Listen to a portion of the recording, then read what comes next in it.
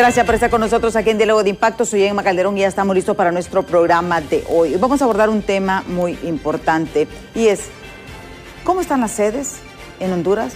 ¿Están legales? ¿Están ilegales? ¿Se logró reformar?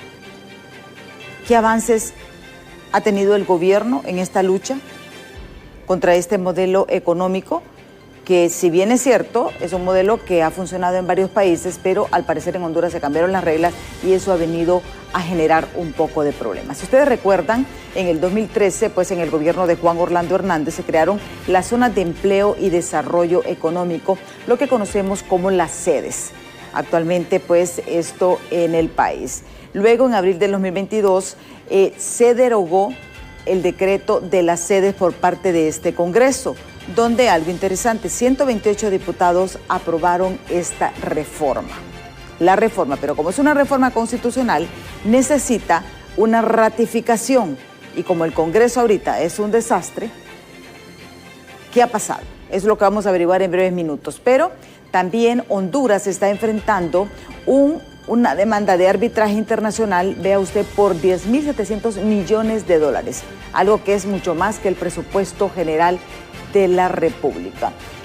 Pero es algo interesante, para todos sabemos que para las ratificaciones constitucionales se necesitan 86 votos para que esto quede firme. Sin embargo, el vicepresidente del Congreso Nacional, Racel Tomé, había anunciado en sus cuentas de Twitter que la comisión permanente había ratificado justamente esta derogación y que estaba en firme. Pero, ¿qué opciones ofrece el gobierno a las sedes? Porque son modelos de desarrollo económico. No podemos decir ni satanizarlas. Lo que tenemos que establecer son reglas claras que nos permitan atraer inversión y que el país no pierda del todo su soberanía. Esto pues es parte de lo que vamos a analizar. ¿Con quién mejor? Con el comisionado presidencial de las sedes, el doctor Fernando García, a quien le agradecemos infinitamente para compartir durante este espacio. Pero antes veamos esta nota de nuestros compañeros de los Noticieros Impacto. Desde este pasado fin de semana se han congregado aquí en Casa Presidencial varias entidades internacionales. Estamos hablando de varias organizaciones de sociedad civil para discutir en conjunto con la presidenta Xiomara Castro algunos temas relacionados con las sedes y cuál es la importancia de esto para nuestro país. En este sentido se expresa el vicecanciller Gerardo Torres hablando sobre la oportunidad de evitar que Honduras sea vista como una oportunidad más de negocios. Sábado tuvimos un evento internacional con la gente de la Internacional Progresista, que es una plataforma que reúne a académicos, políticos, ex ministros de diferentes países que vinieron a hacer un foro para informarse de lo que son las zonas especiales de desarrollo, lo que significan y por qué fueron derogadas por el gobierno de la presidenta Xiomara Castro y el presidente Luis Redondo. Y ver qué acciones este equipo internacional que quiere apoyar a Honduras puede hacer para que el mundo entero pueda saber qué fue lo que pasó en Honduras, qué es lo que está pasando y que no se deje engañar por esas campañas creadas por las mismas empresas beneficiadas por las sedes que dicen muchas mentiras y que no reconocen que la única razón por la que existen es porque se aprovecharon de que Honduras estaba bajo el control de una narcodictadura. Y tal como lo expresa Fernando García, comisionado presidencial contra las sedes, un negocio bastante lucrativo ya que se busca demandar al Estado por la presunta abolición del tema de las sedes vía decreto que fue planteado en el Congreso Nacional, una iniciativa y una demanda que sería multimillonaria y que se ha pedido un arbitraje internacional. Son dos empresas y un centro de arbitraje interno de ellas quienes han solicitado un arbitraje internacional. Pero eso está stand-by y es el Procurador General de la República el que debe pronunciarse al respecto porque es el representante legal del Estado. Lo que sí puedo decirles que también muchos países del mundo, europeos, latinoamericanos, el mismo presidente Biden, ha solicitado que se elimine la figura del arbitraje de los tratados de libre comercio, porque solamente permite que los empresarios demanden a los estados y los estados nunca pueden demandar a las empresas por daños y perjuicios que le provoquen a su territorio, a su medio ambiente, a sus pueblos, a su patrimonio. Fue por consenso, por unanimidad en el Congreso Nacional el año pasado, el 21 de abril, después de una exposición nuestra en nombre del Poder Ejecutivo, y ahora la ratificación de la derogación de la reforma constitucional está costando un poco. Pero eso no quiere decir de que toda la legislación secundaria que permite la operatividad, que operen las empresas, no esté derogada. Está totalmente derogada y por consiguiente no tienen asidero legal. La demanda oscilaría entre los 11.000 millones de dólares, luego de que Honduras, a través del gobierno de la presidenta Xiomara Castro y el presidente del Congreso, Luis Redondo, abolieran el tema de las sedes, que esto viene a poner un punto y final a todas aquellas zonas libres que pretendían hasta cierto punto apropiarse de las áreas exclusivas de nuestro territorio nacional. Con cámaras de Jesús Sánchez, les informa César Euseda.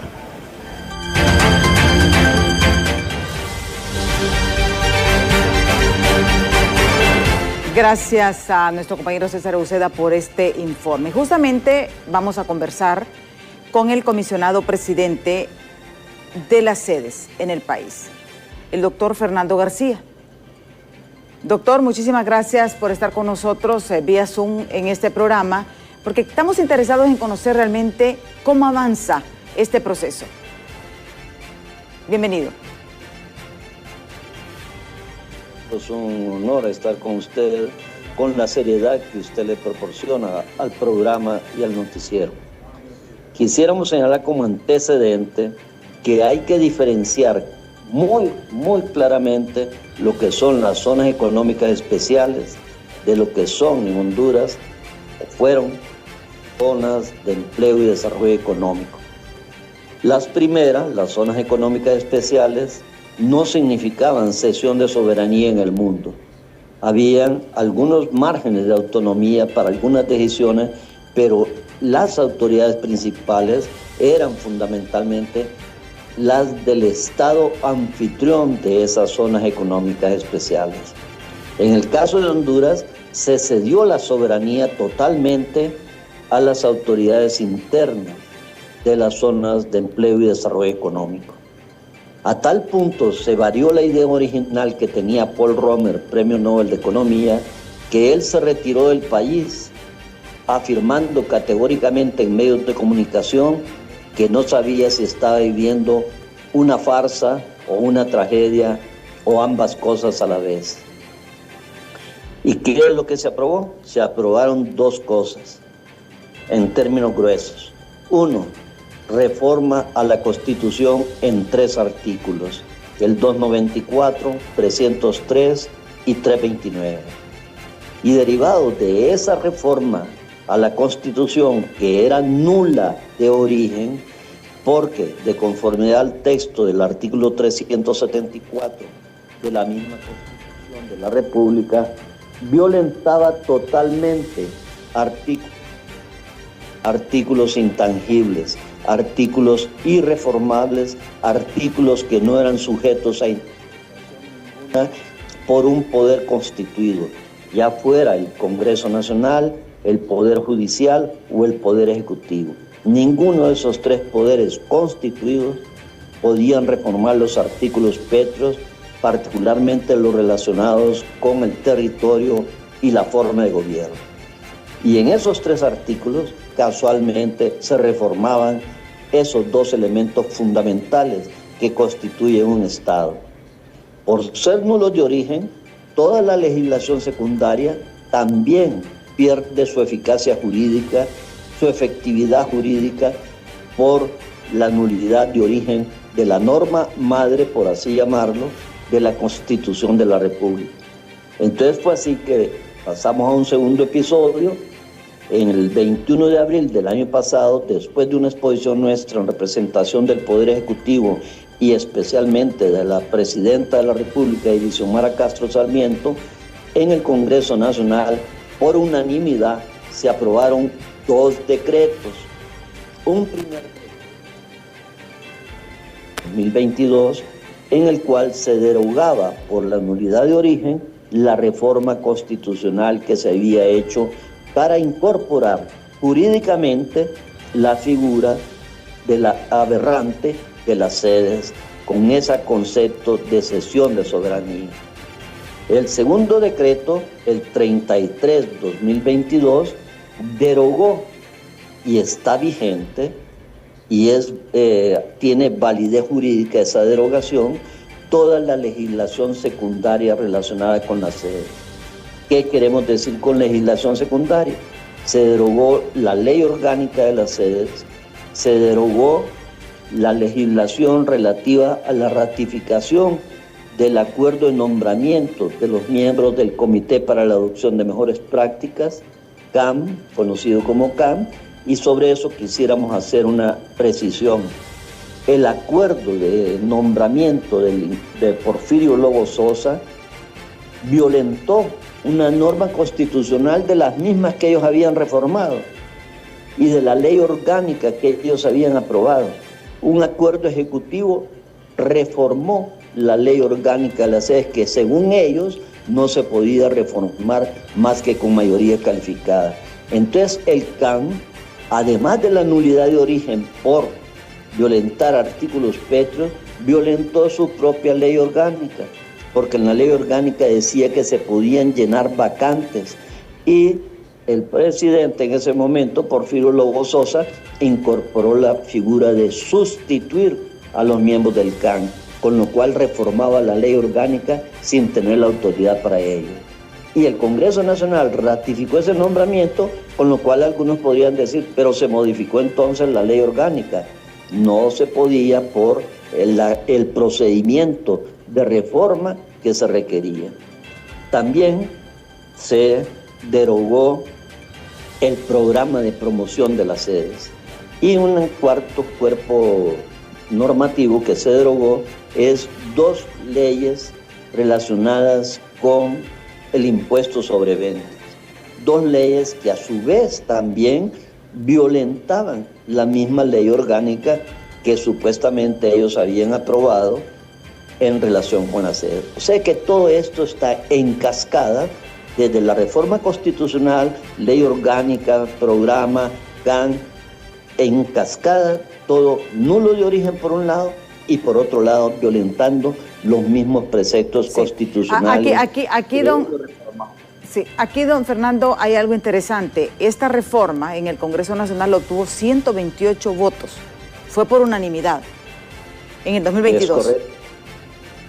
O sea, todas las bancadas apoyaron toda esta reforma de las sedes. Los 2 decretos de derogación fueron aprobados por unanimidad.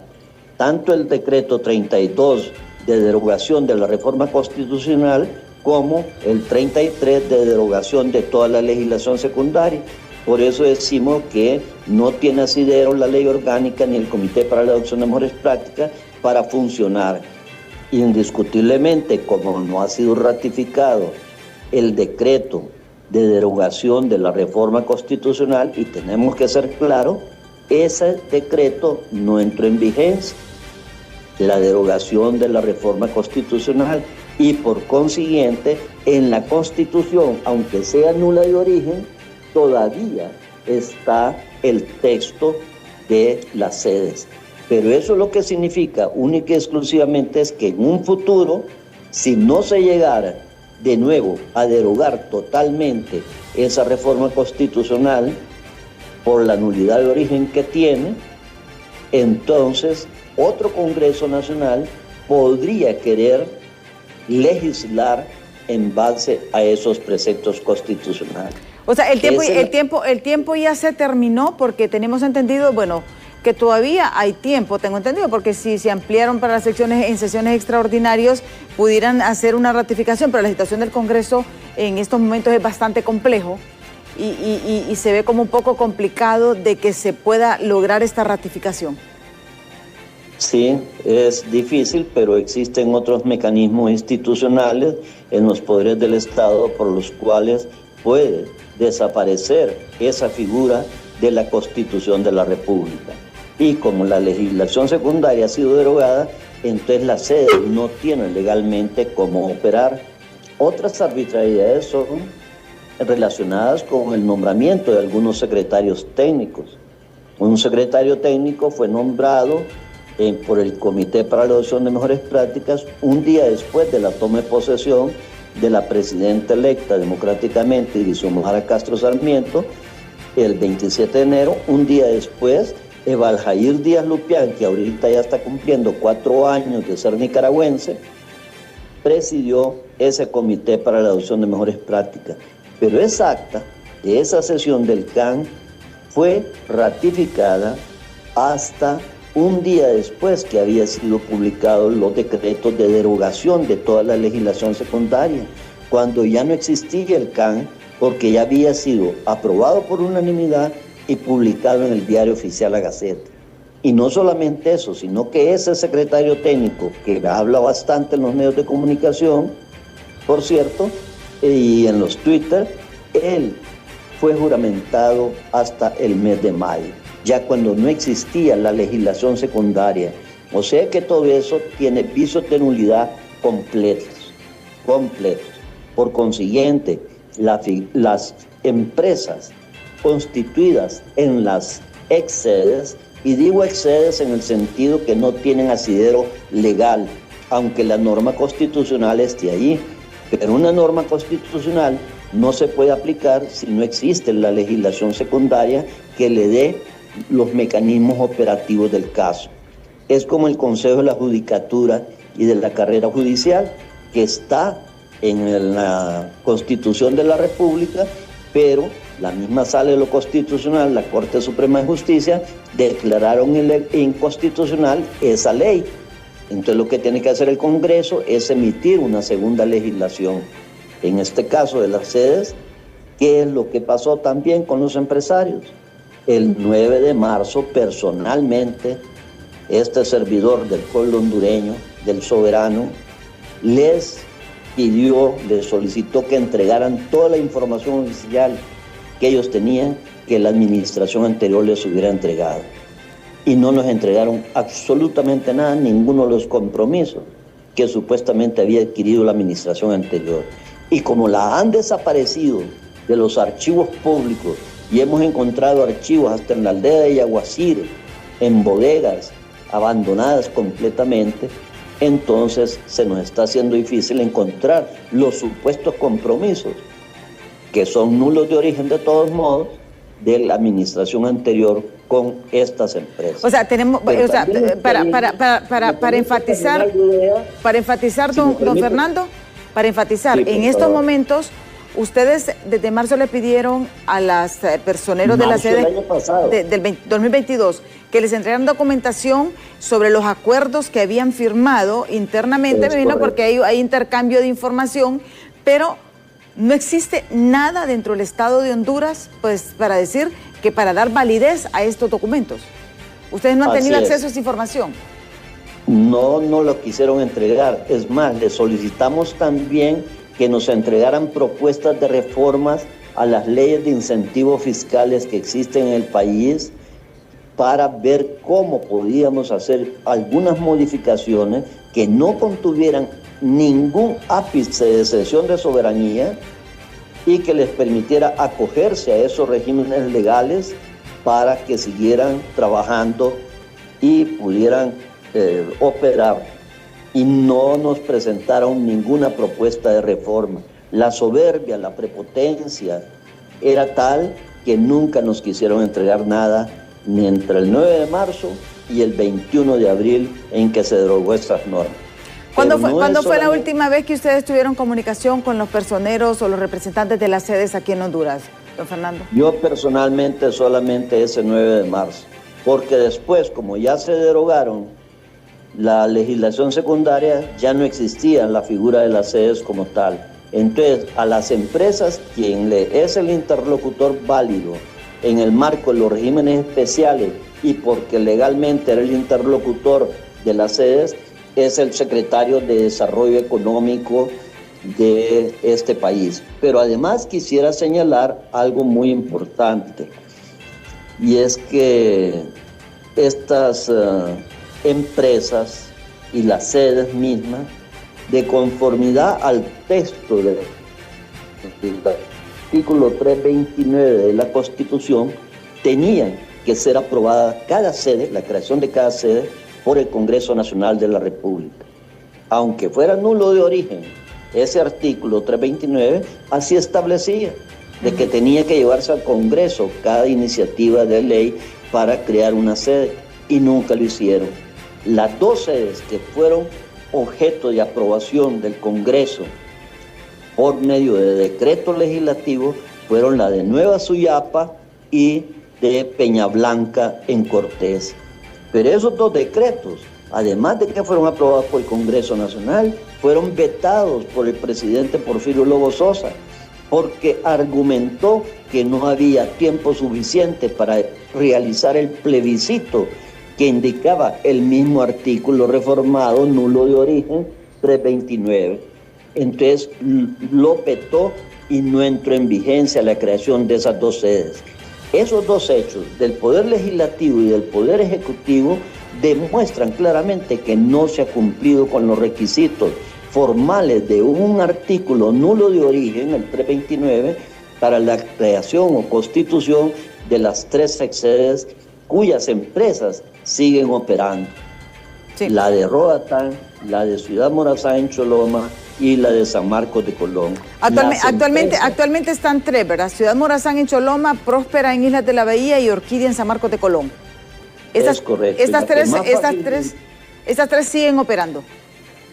Siguen operando con irregularidad porque ya no tienen legislación que les ampare, más que el precepto constitucional que no es suficiente para que una empresa opere, ¿verdad?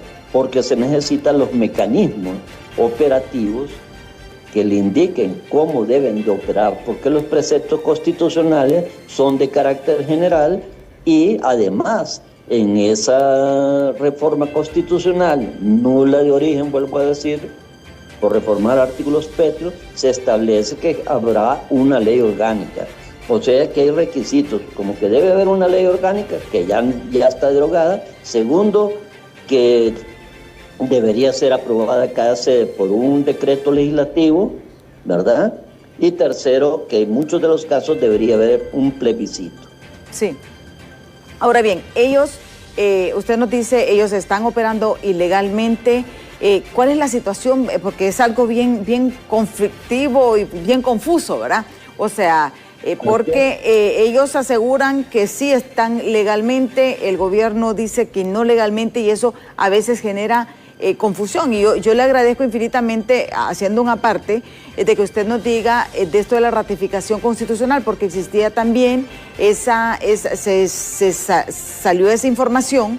Lamentablemente, usted nos confirma que la ratificación constitucional de la reforma a los artículos del país, nos explica, esas no están reformadas, pero sí están derogadas las leyes que ordenan, o sea, que las leyes secundarias que definen lo que son las sedes aquí en Honduras, para que tengamos más o menos claro este panorama. Y usted nos asegura que las sedes prácticamente estarían operando ilegalmente aquí en Honduras.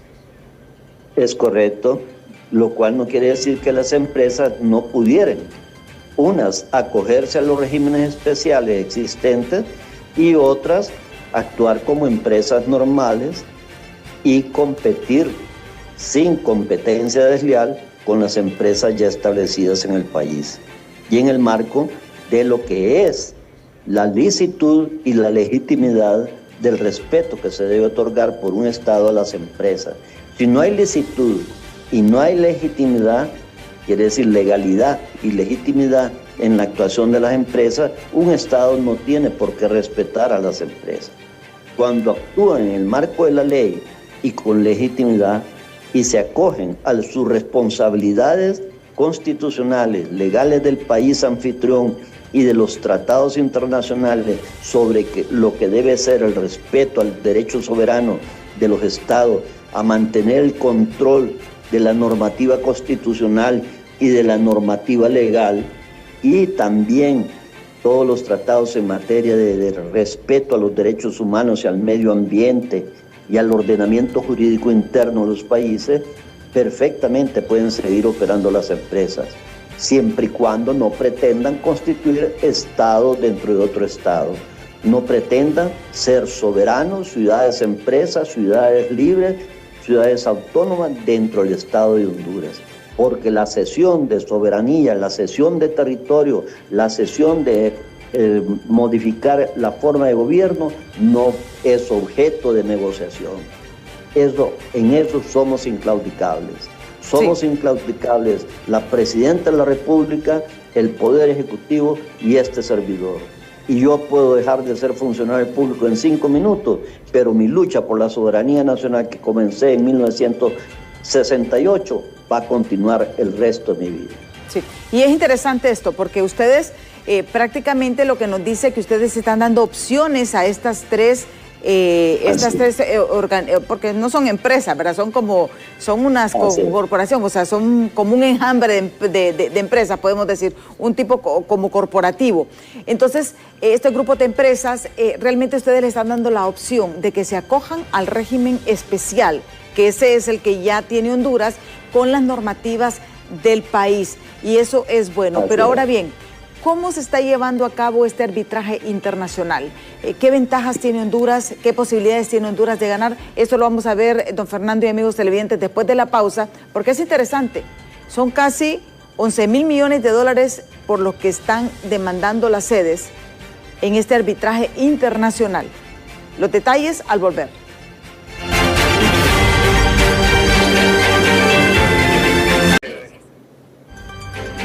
Bueno, continuamos esta entrevista con el doctor Fernando García. Él es el comisionado presidencial en contra de las sedes por parte del gobierno.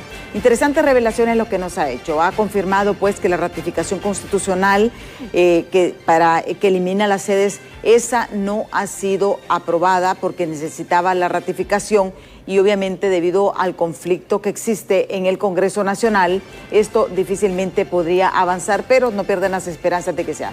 Pero lo que sí nos garantiza es que lo que está derogado son la ley orgánica que estructura las sedes, y esto pues ellos afirman de que esto ratifica de que las sedes están operando ilegalmente aquí en el país, ya que al no existir una ley secundaria que la funcione, obviamente esto. Pero es algo interesante también el hecho de que las sedes actualmente, como están estructuradas, podrían modificarse ellas a lo interno y acogerse a las zonas especiales de desarrollo económico, a las zonas de desarrollo económico, que son las que el mundo ha ido desarrollando, porque tampoco se trata de satanizar, doctor, y aquí creo que es un punto bien importante. Las zonas de desarrollo, las zonas, ¿cómo le llaman ustedes? Las zonas de especiales de desarrollo. Especiales. Sí. Sí, las normas,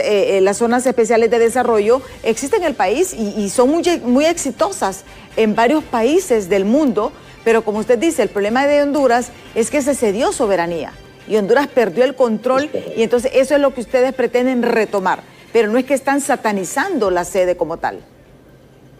Es correcto, las zonas económicas especiales existen en Ciudad Mariela en Cuba, existen en Ecuador, existen algunas todavía en México. Hong Kong es una especie de zona económica especial, Shenzhen, y hay otras, Singapur, pero que son resultado de procesos históricos muy diferentes, ¿verdad? La ruta del opio, por ejemplo, Hong Kong, y la creación de bancos que lo que hacían era lavar el activo de del narcotráfico. Por favor, eso no lo pretendemos. Es más, a mí me da vergüenza ajena cuando veo que algunos defensores de las ex-sedes hablen de que Hong Kong es el ejemplo a imitar, ¿verdad? Y entonces uno se pregunta qué es lo que quieren realmente estos. ¿Son inversionistas? ¿Son piratas? ¿Son corsarios? ¿Son filibusteros? Uno se puede hacer perfectamente esas preguntas, porque lo que en todo análisis se puede hacer desde dos perspectivas. Una es la perspectiva de principios y valores, y la otra es la perspectiva de intereses. Nosotros este servidor del pueblo la hace desde la perspectiva de los principios, de los valores. ¿Y dónde están esos principios y valores? En la Constitución de la República, en nuestra Carta Magna, en nuestra Ley de Leyes y en los tratados internacionales que pasan a formar parte de la normativa interna del país. Entonces, lógicamente, nosotros no estamos en contra de la inversión extranjera y de la inversión privada y de la empresa privada. Usted sabe, licenciada Emma Calderón, me conoce desde hace muchísimos años, que siempre he hablado yo del artículo 330 de la Constitución, que habla casualmente de la coexistencia armónica y democrática de diversas formas de propiedad impresa. ¿Y a qué nos referimos?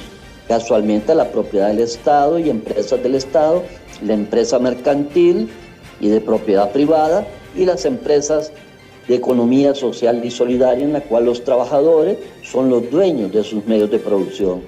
Esa coexistencia armónica y democrática de esos tres tipos de empresa y de propiedad van a permitir que la democracia política sea una realidad.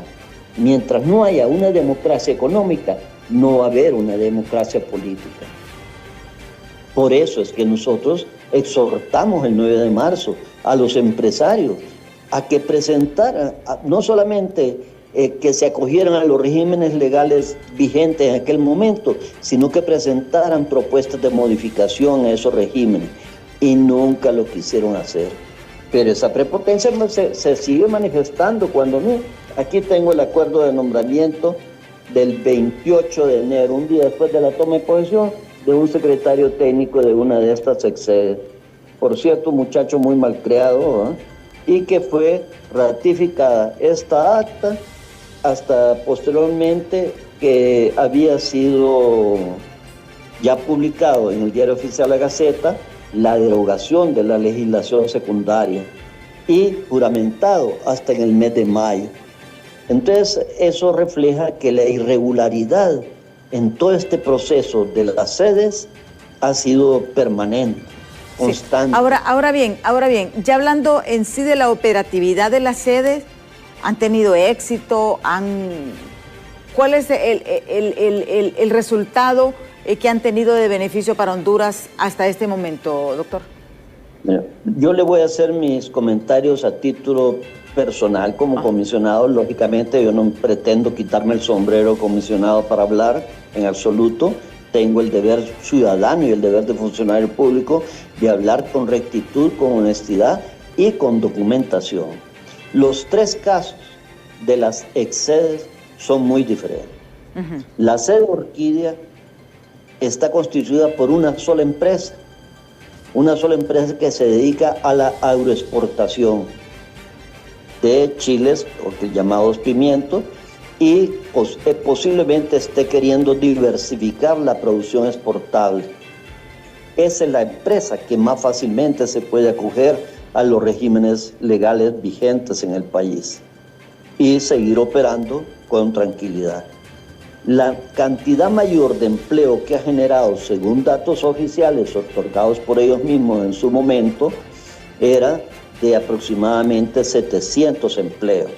Sin embargo, Juan Orlando Hernández Alvarado en un momento llegó a decir de que eran 2.000 y hablaban de 1.000 y de 2.000 y variaban, pero los empresarios nos han afirmado que en un momento cúspide llegó a 650. ¿Cómo estaban distribuidos esos 650? Si no mal recuerdo, y los empresarios pueden corregir este dato, eran 350 en la etapa de construcción de los viveros, de los diferentes requerimientos físicos para producir el chile pimiento, 250 en la parte agroindustrial y unos 50 en la parte de empaque y embalaje, digamos, para la exportación. Esa es Orquídea, en el kilómetro 7,5 entre el municipio de San Marcos de Colón y el municipio de Uyut. La segunda es Ciudad Morazán, que tiene un CIO, un director de empresa responsable de promover y organizar esa sede, que es más compleja y que es otra persona sumamente malcriada que vive ofendiendo a los hondureños. de origen italiano. Esta excede es más compleja porque él quiere que se le otorgue a las personas que lleguen a ser residentes físicos en esa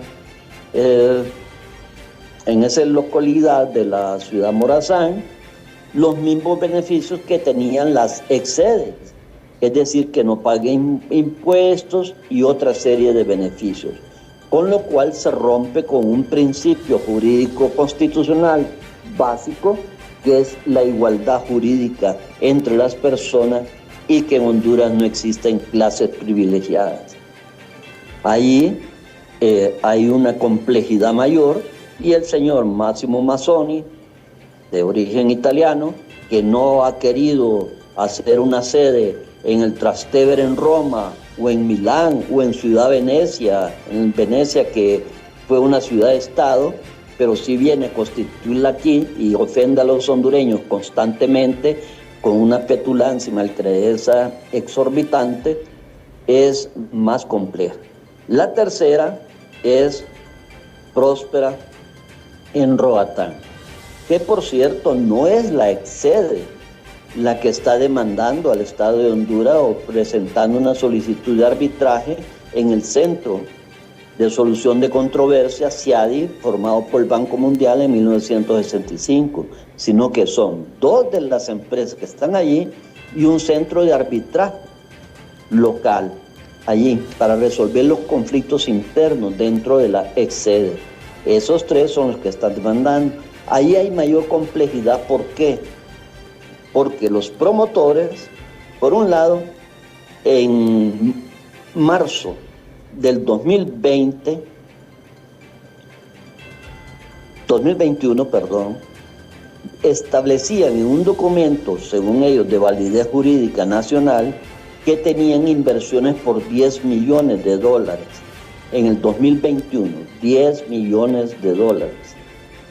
Y mencionaban en el párrafo en que se hace referencia a ese dato numérico que parte de ello lo habían dedicado a la formulación de las normas jurídicas. ¿Qué podrá significar eso en términos concretos? Que tuvieron que hacer lobby y pagar abogacía para que se aprobaran la normativa en el Congreso Nacional. Esa puede ser, según la imaginación sociológica de la que nos hablaba Max Weber, un escenario. Otro escenario que fuera para pagar a Titus Gebel, uno alemán, multimillonario que vive en Mónaco, que tiene empresas de petróleo en Estados Unidos y de minas en Australia y que podría tener intereses en la concesión petrolera en Honduras, porque él fue uno de los autores principales de 3.560 páginas de normativa interna en la sede Próspera, donde hay legislación de todo tipo. Y entonces, ¿qué sucede? Que eso es en el 2021, hablan de $10 millones. Después, el año pasado, hablan de $100 millones. ¿Cómo lograron en un año invertir $90 millones? ¿Dónde está esa inversión? ¿Por qué no la detallan? Si hablan de transparencia, deberían de detallar esa información, igual que el empleo que están generando. Hablan de que se han generado 1.000 empleos o miles de empleos y nunca nos dicen cuál es la pirámide de empleos generados. Lo que sí afirmó el jueves pasado en una emisora nacional el secretario técnico, ex secretario técnico y nombrado irregularmente, de que no había ningún residente físico en esa sede. Entonces, nosotros nos preguntamos, ¿de dónde salen esos $100 millones? ¿Cómo están constituidos? ¿Cuál es el empleo real que están generando? ¿Cuáles son los salarios reales que están generando? ¿En qué niveles profesionales? Porque hay un tema fundamental en esto, licenciada Emma Calderón, y le agradezco mucho la oportunidad de que su programa sea también pedagógico. Según esta ley orgánica y según la normativa constitucional, el propósito último de las sedes es ser competitivos a nivel internacional. Y para ser competitivos a nivel internacional lo que se requiere es una alta densidad de tecnología. Eso es lo que predomina en el mundo. la biotecnología, la ingeniería genética, la telemática, la miniaturización, el uso intensivo de materiales, los vuelos espaciales, el desarrollo de la aviación con aviones más grandes, menos pesados, con mayor capacidad de vuelo, con mayor capacidad de llevar pasajeros, etcétera. Pero mire, esta es la legislación en un escritorio de nuestra oficina que ellos dicen que está vigente. Y la transparencia, ¿por qué no son transparentes? ¿Por qué no nos Ahora bien, tengo una duda. Transparencia. Esta es la transparencia de ellos. Sí, este doctor. es un documento de ellos. Y mira la transparencia. Todo en negro. La mayor parte, el 90%. Sí. Entonces, doctor, tengo una duda. Usted nos dice de que la sede de Orquídea pues es exportadora y es prácticamente la que está operando con mayor normalidad. Podemos decir que están exportando chiles, ¿verdad? Ahora bien, la Próspera, ¿cuál es el rubro de ellos? Pues fíjese que ni siquiera eso han aclarado con precisión, ¿no? Supuestamente construyeron una torre de 14 pisos en la isla de Roatán que no sabemos cómo se va a abastecer de agua, porque posiblemente para poder tener agua en esos 14 pisos, en no sé cuántas oficinas o departamentos de uso múltiple para diferentes familias, eso podía provocar que todo el resto de la isla se quedara sin agua. Segundo, ¿cómo van a hacer para las aguas servidas? Las aguas grises, las aguas negras, como se les llama en diferentes concepciones. ¿Qué van a hacer con ellos? ¿Van a inundar los corales? ¿Van a destruir los corales? ¿Qué van a hacer con todos los plásticos y otros desechos sólidos que se utilicen en esos 14 pisos? ¿Cuáles son las normas de construcción que se utilizaron para esa construcción de 14 pisos? ¿Son las del Valle de Sula, como algunos han informado? ¿Y son las del Valle de Sula las normas de construcción que se deben utilizar en la isla de Roatán? ¿Cómo van a perjudicar a la comunidad de Crawford Rock, que conforme a la legislación internacional, los tratados internacionales, como el convenio 169, nunca fue consultada, nunca se realizó la consulta previa, libre e informada que se debió haber hecho? Y lo acaba de testificar Luisa O'Connor, presidenta del patronato de Crawford Rock, que nunca fueron informados y se dieron cuenta cuando alguien llegó a decirles que si no vendían se les podía expropiar, y que después el Comité para la Adopción de Mejores Prácticas, en una forma también aberrante e irregular, dice mediante una resolución que modifica la ley orgánica de la CEGI que no van a expropiar. Es que esto es una aberración y una secuencia de irregularidades totales. Entonces, por ejemplo, según la Corporación Municipal de Roatán, no tienen registro tributario, no pagan impuestos, no tienen permiso de operación, no tienen permiso de construcción, no tienen licencia ambiental. ¿Y qué es lo que argumenta el que se autodenomina que es como un gobernador o que a veces es como un alcalde, pero que no es un alcalde, y que su cargo supuestamente es de secretario técnico, que argumenta de que ellos mismos se otorgan los permisos, porque según la normativa ellos son prácticamente soberanos dentro del Estado soberano de Honduras. El tiempo se nos ha ido un poco rápidamente, pero sí me gustaría abordar estos pocos minutos el tema de la demanda. ¿Qué opciones tiene Honduras de ganar esta demanda, don Fernando?